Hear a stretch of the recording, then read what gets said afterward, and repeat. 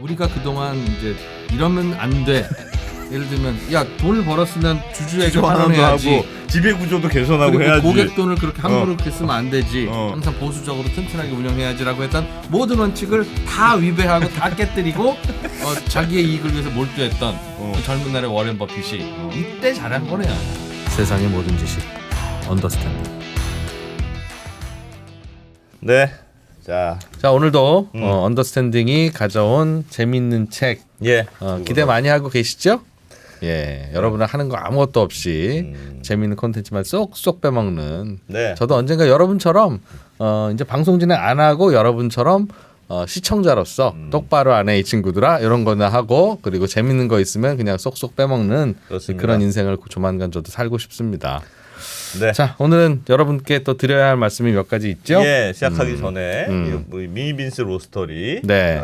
우리 커피를 협찬해 주시고 계시는 여러분 분발 좀 해주시고요. 네. 여기서 공지사항이 있어요? 이 대표님 꼭 뭘 보내던데 공지사항도 독특해. 네. 콜롬비아 핑카 마라카이 아나 에어로빅 허니. 이게 지금 단어 하나예요. 다시 자, 콜롬비아 핀카 마라카이 아나 에어로빅 허니. 요게 이제 커피콩 이름인데 이름이랍니다. 이게. 예, 요게 그 씻어서 말려서 하는 그런 일반 커피콩이 아니라 72시간 민트와 같이 무산소 발효시킨 커피래. 이름이래 그게. 그러니까 민트랑 커피를 같이 섞어서 발효. 그렇지.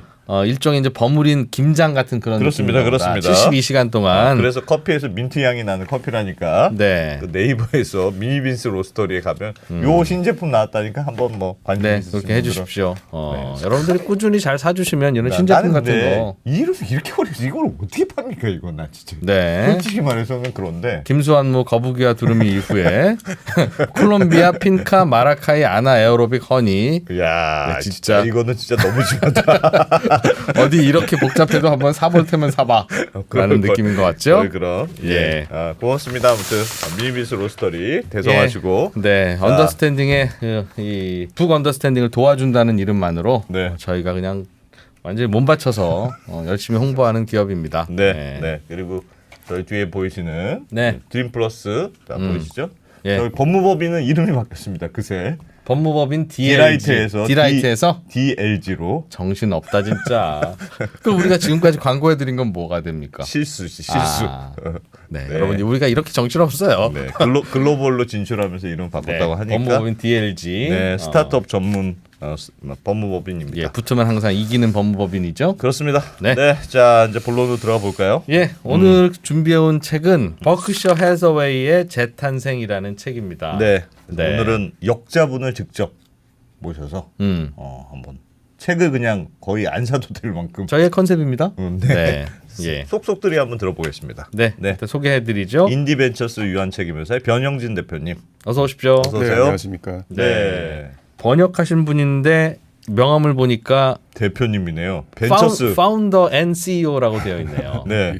와 뭡니까? 그 제가 하고 있는 회사인데요. 네. 예, 오늘은 제가 이제 회사 활동으로 나온 건 아니고, 예, 제가 제너럴 폭스라는 이제 필명으로 투자서 번역을 하고 있거든요. 제너럴 폭스가 본인 필명. 예, 필명입니다. 그동안 번역 많이 하셨습니까? 책은 지금 한 2권 정도 했고요. 예. 예, 그리고 또 하고 있는 게 있고, 지금도 번역하고 계신 게 계시고. 예, 지금도 하고 있는 게 있습니다. 시간이 많으신가 봐요. 네. 그건 아닌데요. 아니 영어를 진짜 잘하시거나. 어차피 책을 읽을 거니까. 아. 예, 어차피 읽을 거면. 야, 저랑 똑같습니다. 예. 저도 어차피 유튜브 방송 볼 거면 그냥 영어로 내가 보자? 진행하자 그냥 생방송으로 이렇게. 예. 그걸 목표하고 이렇게 된 건 아닌데. 네. 예, 어쩌다 보니 이렇게 돼가지고. 알겠습니다. 그래서 오늘은 버크셔 해서웨이의 해서웨이의 재탄생. 재탄생이라는 책인데 제가 처음부터 초장부터 좀 말씀을 드리면 솔직히 지겹습니다. 언제적 버핏이고 그래. 무슨 버크셔 해서웨이는 정말 솔직히. 모르는 사람이 없지 않습니까? 제가 이제 책 네, 요 번역서 이제 기획하면서 국내 버핏 키워드로 책이 몇 권 나와 있는지 이제 검색을 해봤었거든요. 네. 그래서 요 책 나오기 전에 190권이었고, 190권. 예. 와. 그리고 요 책이 나오면서 이제 191권이 됐습니다. 191번째 워렌 예. 버핏 관련서. 맞습니다. 이야, 진짜 그 중간에서 살아남기 진짜 쉽지 않겠다. 그래서 그럼에도 불구하고. 예, 그럼에도 불구하고 그저 그런 책을 제가 굳이 번역할 필요까지는 이제 전 없다고 생각하는데 또 이 책을 출판사에 이제 추천을 드렸고 예. 그럴 만한 가치가 있다고 이제 생각해서 그랬었거든요. 그 외국인 저자가 쓴 책을 출판사에 추천하면서 내가 번역도 해줄게. 한번 출판해 맞습니다. 보자. 예. 오. 판권을 따오시면 네. 예, 제가 번역하겠다. 저희가 이런 시도를 할까봐 작년 12월인가요? 네. 이재영 회계사님 보고 버크셔 해서웨이를 좀 분석해줘라. 그렇지. 이 회사의 자체를. 그래서 그 또 재무제표도 우리가 다 봤어요. 그게 이제 현재 버크셔를 분석한 것이잖아요. 예. 그래서 근데 이 책은 현재 버크셔는 아니고 그 버크셔가 어떻게 그렇게 될 수 있었지를 다룬 책이거든요. 그 회사의 역사 연원. 맞습니다. 알겠습니다. 그럼 버크셔 해서웨이라는 회사의 역사를 거슬러 올라가는 재미있는 여행을 책에 있는 내용 거의 대부분입니다. 시청자 여러분. 야, 요거 들으시면 제가 봤을 때 요거 하면은 진짜 너무 심한 것 같긴 한데 거의 책 한 권을 다시 써오셨어요. 그래서 야, 이 얘기를 들으시면 절대 책을 읽을 필요는 없다. 예, 네, 요- 다시 말씀드리고요. 출판사 사장이 별로 안 좋아하실 것 같은데 하여튼 모르겠다. 네, 보겠습니다. 네. 예. 현재 버크셔 해서웨이를 먼저 보면요. 지금 시가총액이 뭐 환율 따지면 1,000조를 넘었습니다. 와, 천조원. 예. 그래서 글로벌 시가총액 순위가 이제 8위의 기업이고요. 버크셔 해서웨이 재탄생에서는 현재라고 하는 시점을 2019년으로 잡았거든요. 이 저자가 쓴 시점이 그 시점입니다. 2019년에 쓴 책이라서 예. 알겠습니다. 참고해서 기준을 듣겠습니다. 잡았고요. 네. 예. 제가 이제 이 책을 고르고 번역했던 이유가 사실 버핏이 투자를 어떻게 했고 그때 철학이나 본인의 뭐 대표 사례들은 잘 연구가 되어 있고 책도 예. 참 많이 나와 있는데 예. 이 버크셔 해서웨이라는 회사 자체가 어떻게 성장했고 어떤 구조인지에 대한 책은 그렇게 많지 않다라는 게 문제의식이 하나 있었고요. 챕터 시작할 때 이제 제일 먼저 나오는 케인스의 인용문을 하나 가져왔는데요. 네. 과거에 경험한 일이 그렇게 될 수밖에 없었던 원인을 이해하지 못하면 그 내가 알고 있는 과거의 경험의 바탕을 두고 미래를 이제 논증 혹은 추론하는 것은 되게 위험한 일이다. 예. 다들 예컨대 보험업의 플로트가 되게 중요했다. 혹은 시스캔디 같은 그런 훌륭한 기업을 인수해서 그런 투자를 계속 해왔던 것이 버크셔 혹은 버핏이 지금 성공했던 이유다라는 네. 내러티브는 다 네. 대충 다 알고 계시죠. 들어봤습니다. 예. 근데 그것이 구체적으로 무슨 의미였고 그게 얼마나 중요했고 어떤 결과를 낳았는지에 대해선 잘 모르시죠. 하나하나 네. 그 버핏이 선택한 그 투자의 선택 하나하나를 잘 들여다보자. 그냥 네. 잘했네. 이것 때문에 성공한 거네. 그거 말고 맞습니다. 뭘 어떻게 왜 잘했고 어떤 결정을 내린 건지 그걸 다시 곱씹어보자. 그 관련해서 그 사실은 버크셔 해서웨이라는 회사는 워렌 버핏이라는 전설적인 투자자가 인수해서 그 비이클을 통해서 이제 투자를 한 거잖아요. 맞습니다. 그래서 사실은 버크셔 해서웨이는 그냥 껍데기고 그냥 본질은 워렌 버핏이라서 워렌 버핏이 이렇게 투자했구나 저렇게 투자했구나 그걸 주로 이제 많이 듣지. 버크셔 해서웨이라는 회사를 잘 들여다보는 이유가 있습니까? 지금 보시는 차트가 버핏의 개인 순자산 변화를 14살 때부터 이게 14살이면 이제 1944년인데요. 네. 그때부터 92살 때까지 네. 요거는 이제 2022년입니다. X축은 버핏의 나이. 나이입니다. 이야, 제 나이 언저리를 보니까 버핏도 거지였네. 60세 이후로 거의 다 벌었대잖아요. 예. 65세. 그 65세 딱 써 있네 저기. 네. 2022년 기준으로 지금 1,090억 달러였거든요. 야. 그러니까 이제 100조가 조금 넘고. 근데 여기서 이제 중요한 건 고 50세 혹은 65세 전에 20년 동안 그러니까 35. 뭘 했느냐 대체? 예. 버크셔 해서웨이를 인수해서 그걸 바꾸느라 시간을 썼습니다. 예. 버크셔 회사를 인수한 건 35살인데 35살 때고요. 55세가 돼서 돈 벌기 전까지 약 한 20년 동안 버크셔 해서웨이라는 회사하고 씨름했다고요? 나중에는 이제 즐겼겠지만 초반에는 좀 씨름을 했고 그리고 사실 최근 85년까지만 다루는데요.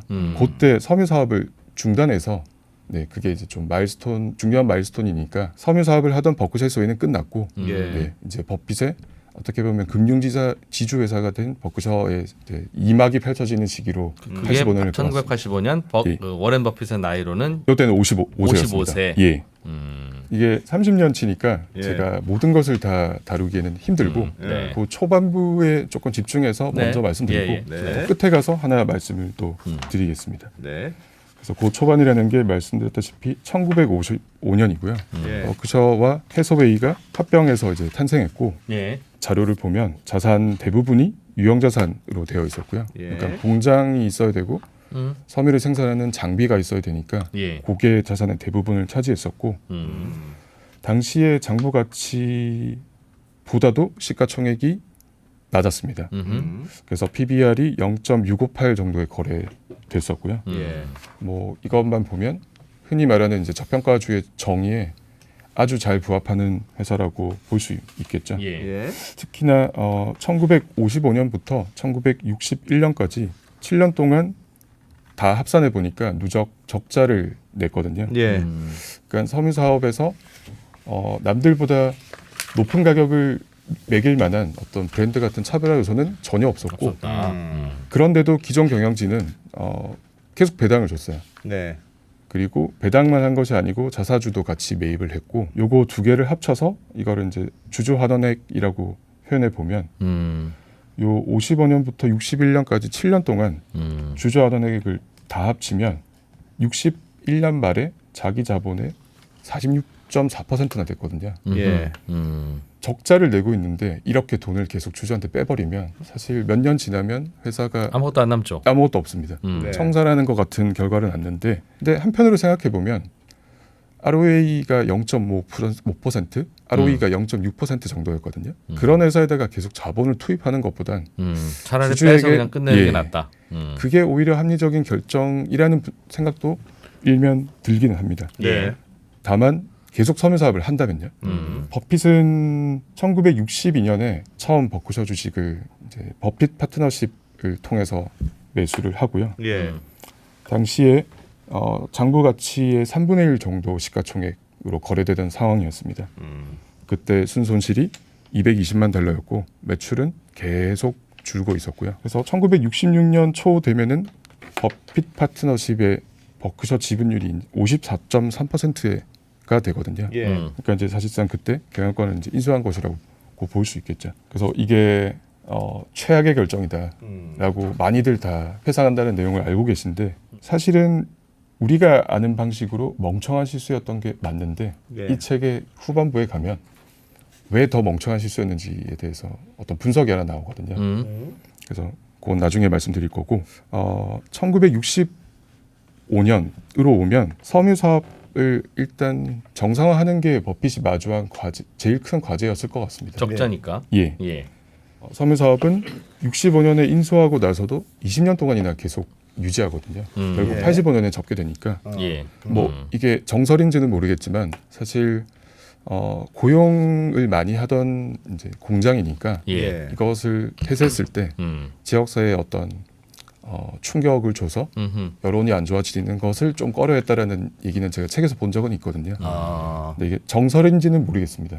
그런데 어찌됐든 간에 65년으로 돌아가 보면 2년 동안 정말 앞으로 펼쳐질 몇십 년 동안에서 어떻게 보면 제일 중요하다고 할 만한 현금을 만드는 성과를 거두는데요. 예. 어떻게요? 여기 표에 보면 64년과 65년의 버크셔 해서웨이의 이제 섬유 매출인데 예. 이게 이제 워렌 버핏이 인수한 직후죠. 직후입니다. 예.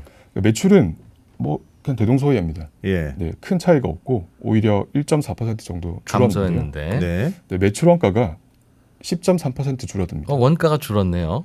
그래서 요게 총 490만 달러 정도가 되는데 근데 저 원가가 뭐예요? 판관비에서 줄었어요? 아니면 매출 원가라고 하면 원재료 살 때 뭐 싸게 샀든가 뭐 그런 겁니까? 원재료도 싸게 샀고요.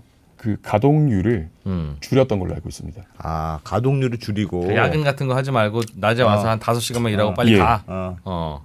그러니까 버핏이 사실은 우리가 다 투자자를 알고 있지만 예. 나중에 이 버크셔 해서웨이 요 초반의 2년이랑 나중에 신문사도 하나 인수하는데 네. 그때도 원가 이렇게 줄이는 것을 보면 그러니까 어쨌든 숫자에 되게 밝은 사람이고 독한 사장님이었다. 예.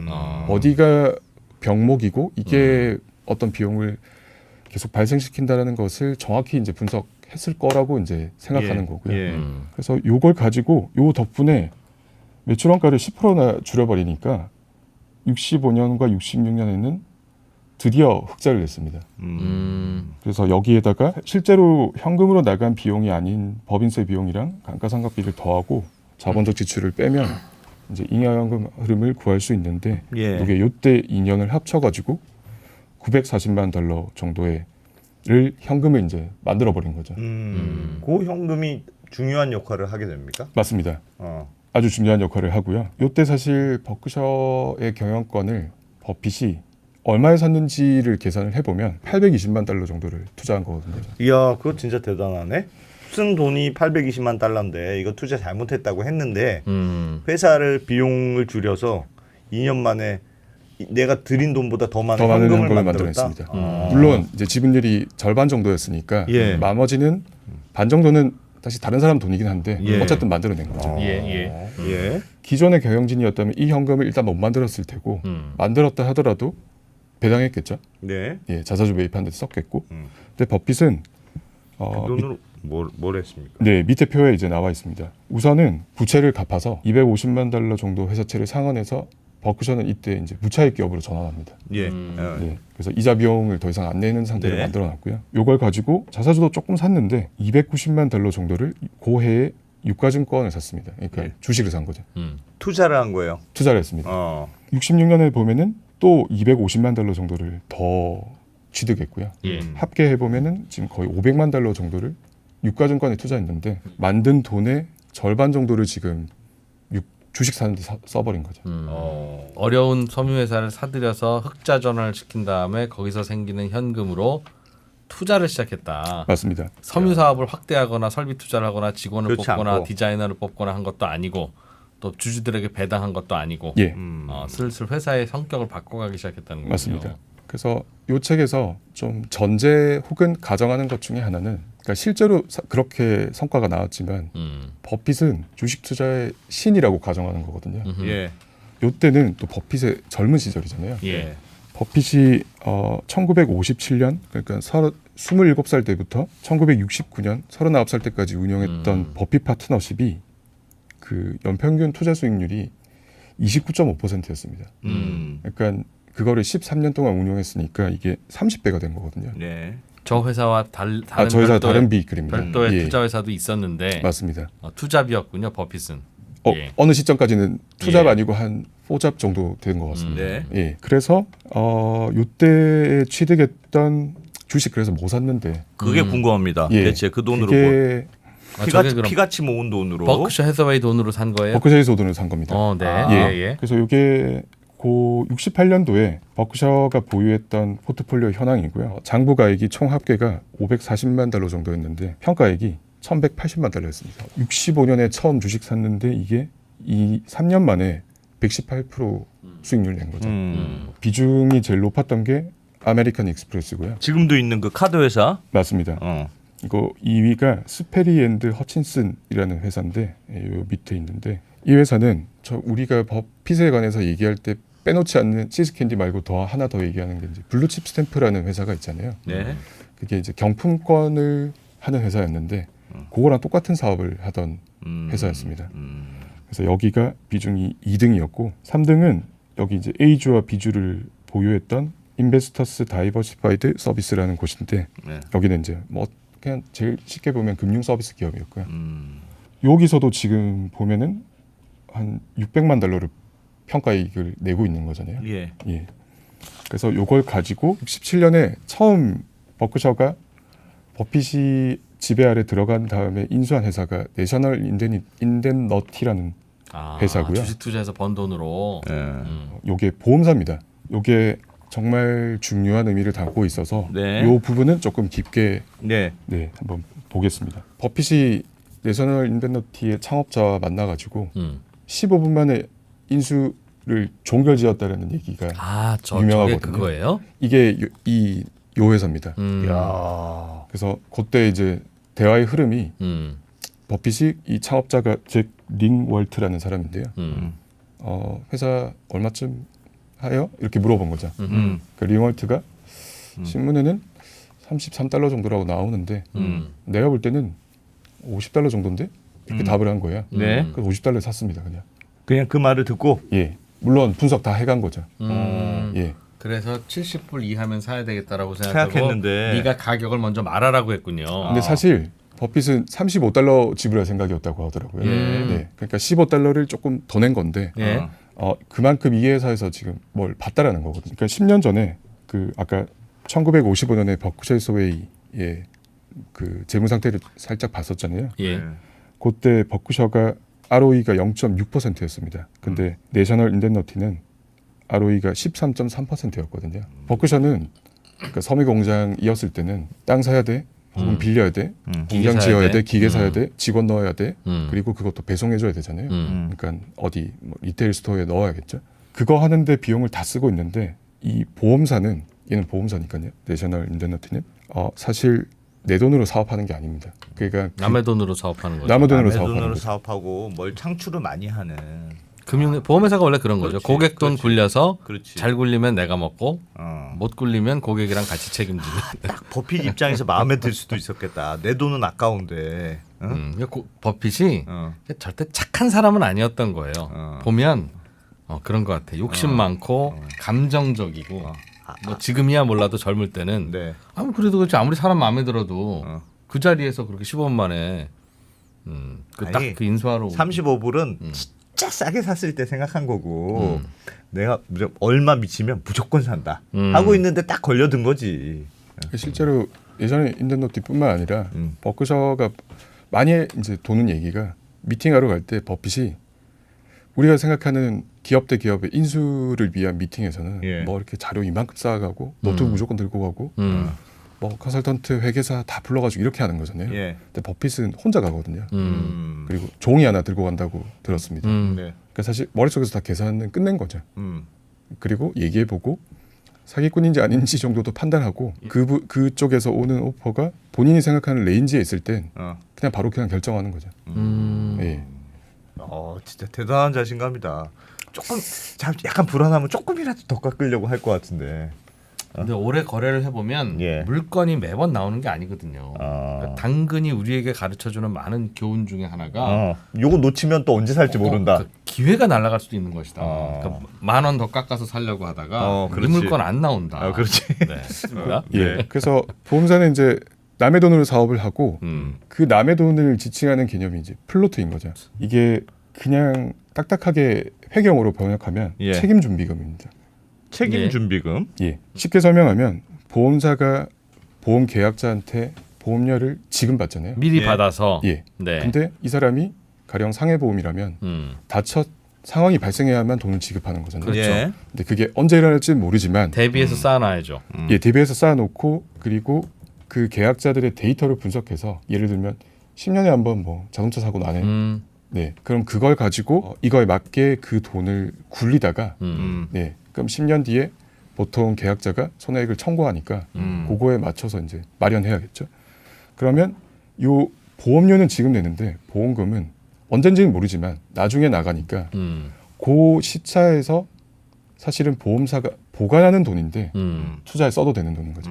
그렇죠. 예. 언젠가는 고객한테 줘야 되지만 줘야 됩니다. 그 언젠가가 언젠가일지는 나도 모르기 때문에 모르고 이게 사실 개별 계약자 단위로 보면 내일 다칠 수도 있는데 이런 거잖아요. 근데 그러나. 그거를 10만 명, 20만 명 이렇게 모아 보면 어떤 통계치가 나오고 그러면 평균 10년에 사고가 뭐 한 몇 번 요 시점에 이렇게 일어나더라라고 하면 그 듀레이션을 맞춰서 이제 자산을 구성하면 되겠죠. 어쨌든 플로트는 이렇고요. 그 직전에 보면 그 보험의 원래 사업, 그러니까 보험료를 받고 나중에 보험금 주는 게 이들의 원 사업이잖아요. 그리고 이걸 가지고 거기서 발생하는 플로트를 가서 투자해서 발생하는 이제 투자 수익이 있을 테고요. 근데 원래 보험 사업에서는 되게 훌륭했습니다. 계속 이익을 내고 있었고, 근데 투자 쪽에서는 그냥 보수적으로 한 거죠. 그냥 뭐 현금으로 들고 있거나 채권 투자 투자 들고 있거나. 근데 대부분의 보험회사들이 그렇죠. 이거를 날리면 큰일이니까. 맞습니다. 근데 여기서 내 월급만 나오면 되지 안정적인 회사에서 왜 이걸 가지고 그렇지. 왜 투자를 해. 코인을 사고 그래. 그랬다가 어떻게 되려고. 맞습니다. 이 책의 저자가 이 버핏이 밝힌 요 정의에 따라서 그래서 얼만대를 계산을 한 거죠. 플로트로 계산한 거예요. 플로트를 계산한 겁니다. 이거는 완전 버핏의 전지적 시점이네. 예, 버핏을 약간 빙의한 거죠. 버핏이 하면 이걸 계산했을 테니까. 예. 이 회사를 인수하면 내 맘대로 굴릴 수 있는 돈이 얼마나 나오냐. 맞습니다. 예. 그래서 사실은 버핏이 주주서한에 적은 수치랑 살짝 차이가 있는데 그게 대단한 건 아니고 야. 외부자가 판단하기에는 조금 어려운 정보 때문에 살짝 차이가 있는데 네. 사실은 거의 이제 똑같다고 보면 될 것 같고요. 예. 이렇게 계산한 수치를 보면 내셔널 인덴너티라는 보험사가 1955년부터 65년까지 총 책임 준비금 그러니까 플로트가 연평균 21.2% 증가했습니다. 근데 그걸 가지고 보험 영업 이익을 낸 거죠. 이게 보험의 원래 사업입니다. 예. 와. 예. 그래서 근데 그게 그렇게 폭이 크지 않거든요. 그게 뭐냐면 보험료를 그렇게 비싸게 안 받았다는 얘기죠. 예.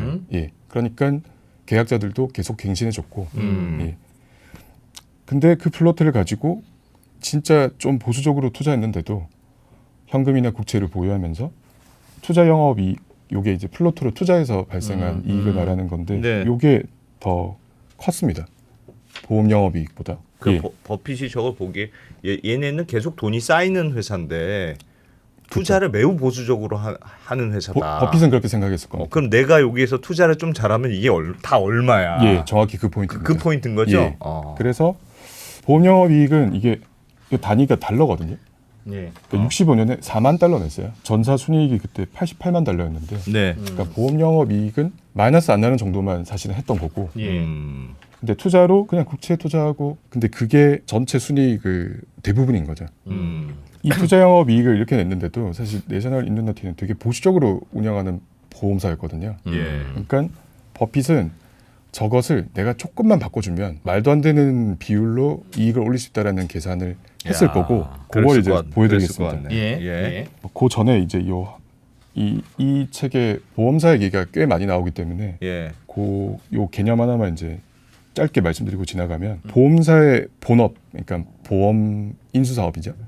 거기에 효율성을 측정하는 지표가 이 합산 비율이라는 게 있습니다. 예. 합산 비율. 그건 예. 뭡니까? 요게 이제 손해율과 사업 비율을 합친 건데요. 네. 요 손해율이라는 건 그 연도의 보험료 매출에서 얼마나 지급했느냐? 예, 계약자한테 준 보험금 비율입니다. 네, 사고 날 위험. 예. 예. 그리고 사업 비율이라는 건 그 보험 팔기 위해서 운영했던 쓴 운영비. 비용. 인건비, 수수료, 네. 진짜 뭐 비용이네 말 그대로. 중개비. 네.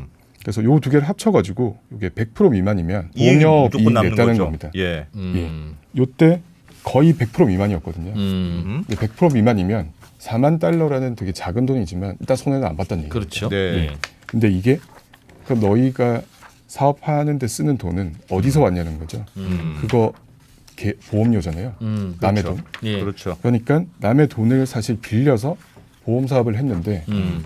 합산 비율이 100% 미만이라는 건 그래서 보험료업 이익을 냈다라는 건 남의 돈 빌려 써놓고 이자를 안 냈다는 거거든요. 오히려 이자를 벌었다는 거죠. 그렇죠. 예, 그래서 마이너스 이자율에 가깝고 여기 안 나와 있는데 합산 비율 제일 높았던 때가 1962년인데 이때가 102.3%였습니다. 예. 그러니까 보험 영업 손실 2.3%가 난 거죠. 그러니까 2.3% 이자를 낸 건데, 근데 이때 당시에 10년 만기 국채 수익률이 3.9%였거든요. 돈을 빌려 썼는데 미국 정부보다 싸게 빌린 거죠. 2.3%만 내고 이 보험 사업을 할 수 있었으니까. 버핏 입장에서는 그렇게 생각했겠죠. 버핏 입장에는 그렇다는 얘기입니다. 네. 그런데 보험해서 다 돈 버는 게 아니잖아요. 예. 보험하면서 손실 낼 수도 있고 투자해서 뭐 PF했다가 코인했다가 뭐 망가질 수도 있고. 예. 근데 버핏이 그러면 내셔널 인덴너티를 인수할 때 무슨 생각으로 했는지를 책에서 발췌를 해왔습니다. 예. 860만 달러 내고 인수했습니다. 예. 근데 이게 내셔널 인덴너티랑 고 자매 회사가 있었는데 요 두 개 묶어서 샀거든요. 네. 그게 860만 달러를 줬는데 요 두 회사를 자기 자본을 합쳐 보니까 670만 달러 정도가 있는 거죠. 670만 달러의 현금이 있는 회사를 860만 불 주고 산 거네요. 맞습니다. 현금과 국채와 주식 조금 이렇게 그럼 들고 한 있었겠죠. 200만 달러 주고 산 셈이네 사실상. 프리미엄은 그 정도 줬는데 맞습니다. 이 회사를 열심히 운영하든가 아니면 보험 상품을 싸게 팔기 시작하면 이 회사로 일단 고객들 돈이 많이 몰릴 거고 맞습니다. 그 돈으로 나는 투자를 잘하면 된다. 요게 이제 얼마나 유리한 거래였냐면 그때 플로트가 그러니까 남의 돈이 투자에 쓸 수 있는 남의 돈이 1,750만 달러였습니다. 그러니까 영업권 대비 한 9배 정도 되는 금액인데요. 이 190만 달러 대비 연 15% 투자 수익을 내려면 연 28.5만 달러를 벌어야 됩니다. 예. 투자로. 예. 근데 이게 예. 1,750만 달러 플로트로 투자하는 거잖아요. 그렇죠. 이게 1.8%밖에 안 됩니다. 수익이. 이야, 계산이 기가 막히네. 예. 그러니까 남의 돈으로 1.8%만 벌면 예. 버핏은 투자한 금액의 연 15%를 15%를 벌 수 버는 거죠. 있는 그 계산이 네. 나온 거예요. 나온 거죠. 안에 갖고 있는 플로트가 많으니 이걸로 매우 보수적으로 투자해도 내가 번 거, 내가 투자하는 거에 15%는 무조건 맞습니다. 먹고 들어간다. 와, 그래서 이건 뭐 완전 나띵스 루즈네. 국채만 투자해도 이 정도면 나오겠구만. 네. 근데 버핏은 사실 1.8%보다 더 벌 거잖아요. 예. 그러면 영업권 대비 투자 수익률이 이렇게 올라가는 거죠. 그러니까 요런 계산을 하고 만났으니까 15분 만에 오케이 $50 땡땅땅 하는 거지. 그러니까 이 당시에는 보험회사가 예. 그러니까 경쟁이 치열하지도 않고 사실은 그동 보험 소비자가 잠시 봉이었던 시절 예. 이었다는 뜻이네요. 그렇죠. 경쟁이 치열했으면 보험 상품으로는 손해 봐도 투자 이익으로 벌을 수 있으니까 싼 보험 상품들로 내놓으면서 경쟁이 치열했을 텐데 당시만 해도 어쨌든 이익은 보험에서도 이익이 남고 공급자도 별로 없고 소비자들도 그냥 그만하면 보험 가입하죠 하면서 이제 약간 좀 땅 짚고 헤엄치던 그런 인더스트리를 발견하고 이 회사 빨리 인수해야 되겠다. 보험 산업이 지금처럼 이렇게 발전하진 않았을 거라고 생각하고 예. 근데 그 와중에도 내셔널 인덴너티는 잘해오는데 꽤 보수적으로 운영되고 있었던 거죠. 그러니까 버핏이 믿고 여기는 보험료금 손실 안 내겠다. 근데 플로트가 어마어마하게 있으니 요거 딱 투자하면은 본인이 투자하면서 투자 수익률이 상승할 거고 시간이 흐르면서 플로트가 늘어나겠죠. 그럼 요거 두 개 곱하면 투자 수익이 훨씬 더 커질 테니까 사자마자 손익분기점 돌파했다 이런 얘기를 하는 거거든요. 인수하자마자. 그만큼 유리한 거래였고 이것이 덕분에 사실 뒤에 나오는 모든 뭐 다른 인수도 이제 가능했다고 분석하고 있습니다. 야, 그 투자의 기회를 본 게 아주 결정적이었다는 거네요. 그러니까 벅셔 해서웨이를 샀는데 예. 그걸로 흑자를 만들었어. 그래서 그 돈으로 보험회사를 사고 그 보험회사를 산 거에서 갖고 있는 현금으로 투자를 더하면 이거는 레버리지가 대박 나겠다. 예. 그러니까 사실 저는 이제 요거 준비하면서 좀 궁금했던 게 예. 내셔널 인덴너티 창업자를 어떻게 알았을까가 궁금했거든요. 그 사람을 알아야 가서 미팅도 하고 그렇죠. 아니면 중간에 다리가 있어야 주선을 할 텐데. 그렇지. 예. 그래서 링월트의 이제 친한 친구랑 버핏이 알았다고 합니다. 창업자의 친구랑 예, 창업자랑. 그래서 그 친구한테 얘기를 들은 거죠. 무슨 얘기를 들었냐면 그 내 친구가 내셔널의 창업자가 1년에 15분 정도 예. 회사 팔까 생각을 한대요. 이제 은퇴하고 싶다. 1년에 15분? 15분이요. 하루에 15분 아니고요. 1년에 15분. 그래서 버핏이 그 얘기를 듣고 아마도 이렇게 분석 쫙 한 다음에 친구한테 얘기한 거죠. 그 15분을 나에게 달라.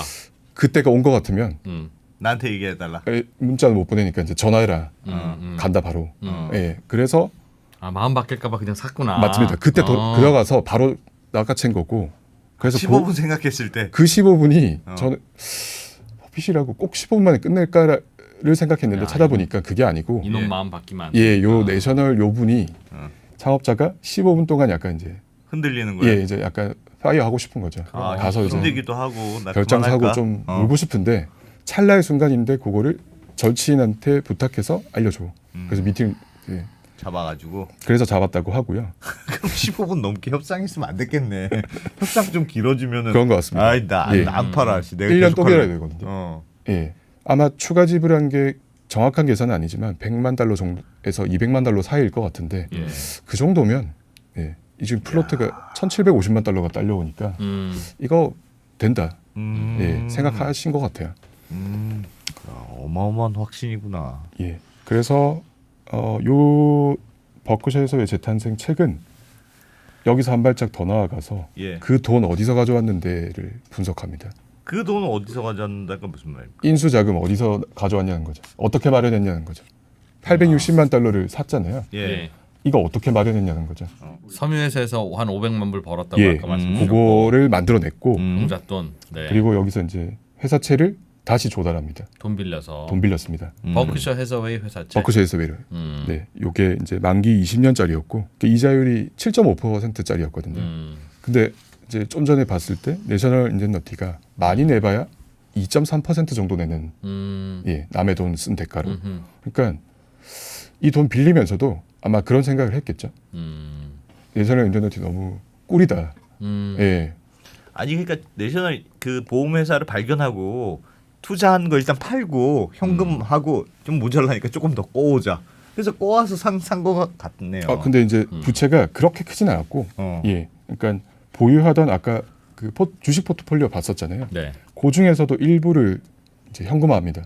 160만 달러를 정도를 팔아서 요거 충당해가지고 880만 더 만들어서 860 주고 산 거죠. 예. 근데 아까 말씀드렸다시피 670만 달러는 사실은 바로 다른 데 쓸 수 있는 네, 현금성 자산이었으니까 이때 버크셔가 처음 보험업에 67년에 들어갔는데 50년 정도 지나서 2019년이 되면 이 버크셔가 보험료 매출 기준으로 미국 2위 보험사가 됩니다.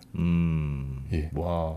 그때 만약에 꼭 내셔널 인덴너티가 아니더라도 예. 이런 유형의 보험사를 사지 않았더라면 현재 버크셔가 요게 출발점이니까요. 조금 모습이 달라지지 않았을까? 더 공경을 겪었거나 그래서 예, 요 초반부에 요 보험사 산 것과 그 직전에 보험산업 약간 섬유산업에서 원가 절감한 것을 네, 좀 깊이 들여다봤습니다. 야, 요거는 진짜 벅셔 해서웨이라는 전지적 시점에서 그 워렌 버핏을 본 책 같은 느낌이네요. 되게. 돈 어찌 보면 쉽게 벌었네. 그러니까 망해가는 섬유 회사 하나 사서 잘못 샀는데 적자야. 그런데 예를 들면 직원들 달달 볶아서 볶아. 흑자로 만들었어. 그렇지. 그래서 한 2년에 걸쳐서 한 500만 불 벌었어. 거기에다가 그 500만 불 남는 걸로 뭐 여기저기 투자를 해. 시작했어. 그래서 조금 거기서 또 남겼어. 그러니까 주주들에게 환원은 절대 안 하고 배당도 안 하고 그렇게 하면서 돈을 벌어서 야, 똑하다. 거기까지. 다시 들으니까. 보험회사를 인수해서 보험회사에 있는 고객 돈을 가지고 또 빌려서 투자를 해. 자기가 먹었어. 그러니까 우리가 그동안 이제 이러면 안 돼. 예를 들면 야 돈을 벌었으면 주주에게 주주 환원도 환원해야지. 하고 지배 구조도 개선하고 그리고 해야지. 고객 돈을 그렇게 함부로 그렇게 쓰면 안 되지. 어. 항상 보수적으로 튼튼하게 운영해야지라고 했던 모든 원칙을 법이 금지한 게 아닌 한 다 위배하고 다 깨뜨리고 자기의 이익을 위해서 몰두했던 그 젊은 날의 워렌 버핏이 이때 잘한 거네요. 그러니까 이제 버핏을 두고 반쯤 농담을 섞어서 얘기하면 사다리 걷어차기에 되게 전형이다. 보이는 다 해놓고 사실 지금 와서는 그런 거 하지 말라고 하시잖아요. 자기가 투자한 회사는 야 내가 주주니까 이제 나한테 환원 잘해야 돼라고 하고 자기는 환원 잘 안 했던. 안 해주고. 그러니까 이제 뭐 요거 반쯤 농담이고 사실 우리가 지금 보는 버핏은 80대, 90대 할아버지잖아요. 근데 요 때는 30대, 젊었을 40대입니다. 진짜 그러니까 젊었을 조금 때구나. 혈기가 넘치고 어찌됐든 본인이 실수한 것에 대해서 인정하기도 지금보다는 훨씬 더 어려웠을 거라고 생각하고요. 그걸 만회하기 위해서 할 수 있는 거의 모든 것을 다 생각해보고 그 중에 좋은 결정, 그나마 좋은 결정을 내렸던 것이 아닐까. 그러나 오늘 버핏으로부터 배울 수 있는 우리의 교훈은 네. 남의 돈을 잘 쓰자. 그렇기도 하지만 거래에서 이익을 내기 위해서는 거래 상대방의 판단 실수가 있어야 한다. 그러니 거래 상대방이 언제 어떤 상황에서 판단 실수를 하는지를 잘 기다리고 있다가 그 15분을 잘 포착해서 그때 가져오는 게 그러니까 거기에서 모든 돈은 다 벌리는 거지 똑같은 페어한 거래를 해서 밤새도록 뭘 돌려서 벌 수 있는 건 아니다라는 걸 또 자꾸 보여주네요. 그렇기도 그렇고 진짜 버핏은 자신감이 있었던 게 아닐까? 그런 생각도 들어요. 내가 요거 얘가 지금 이렇게 하는데 내가 요걸 바꾸면 분명히 이익이 날 것 같아. 그래서 그 점을 딱 노리고. 아님 말고. 아님 말고. 그러니까 내 돈으로 그런 판단을 하면 용기인데 남의 돈으로 그런 판단을 하면 뒤에 아님 반드시 말고. 아님 말고가 깔려 있는 거죠.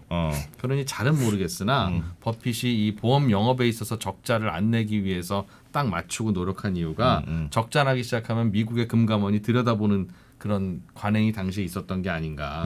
흑자 보험사는 대충 두고 적자 보험사 일로 와봐. 고객 돈 잘 굴리고 있는 거야? 이렇게 보니까 적자는 내지 말아야 되겠다. 그러나 딱 그만큼만 보험은 하고 돈만 나머지는, 가져오면 돼. 내가 굴려야 되는 거야. 그러니까 사실 그 당시에 신문 기자들이 씹기 시작했으면 씹힐 일이 하나둘이 아닌 그런 일들을 버핏은 해온 거다. 그냥 당시에 이 책에도 이제 그런 내용이 나오거든요. 네. 그러니까 이렇게 지금 뭔가 변화가 일어나고 있었는데 예. 버크셔 주가가 그렇게 크게 반응하지는 않았거든요. 음. 그냥 신문 나오는 거 보고만 알 수 있었는데 뭔지도 몰랐던 예, 무슨 그러니까 일이 일어난 건지 몰랐던 거네. 사실 워런 버핏이 누군지 몰랐을 수도 있고 무슨 짓을 하는지를 정확히 간파한 사람이 없었거나 불법적인 게 있었는지는 그것까지는 모르겠습니다. 근데 어찌됐든 남의 눈에 그렇게 들지 않고 이제 많은 변화를 일으킬 수 있었고 알겠습니다. 자, 1부는 요 정도까지 하고 네. 자, 2부. 야, 이렇게 책을 다 해도 될라나 모를 정도로 아주 상세하게 지금 해보고 있습니다. 예. 자, 여기서 1부에서 그럼 여기서 1부 마치고 마무리할까요? 예. 마무리하고 자, 2부로 이어가겠습니다.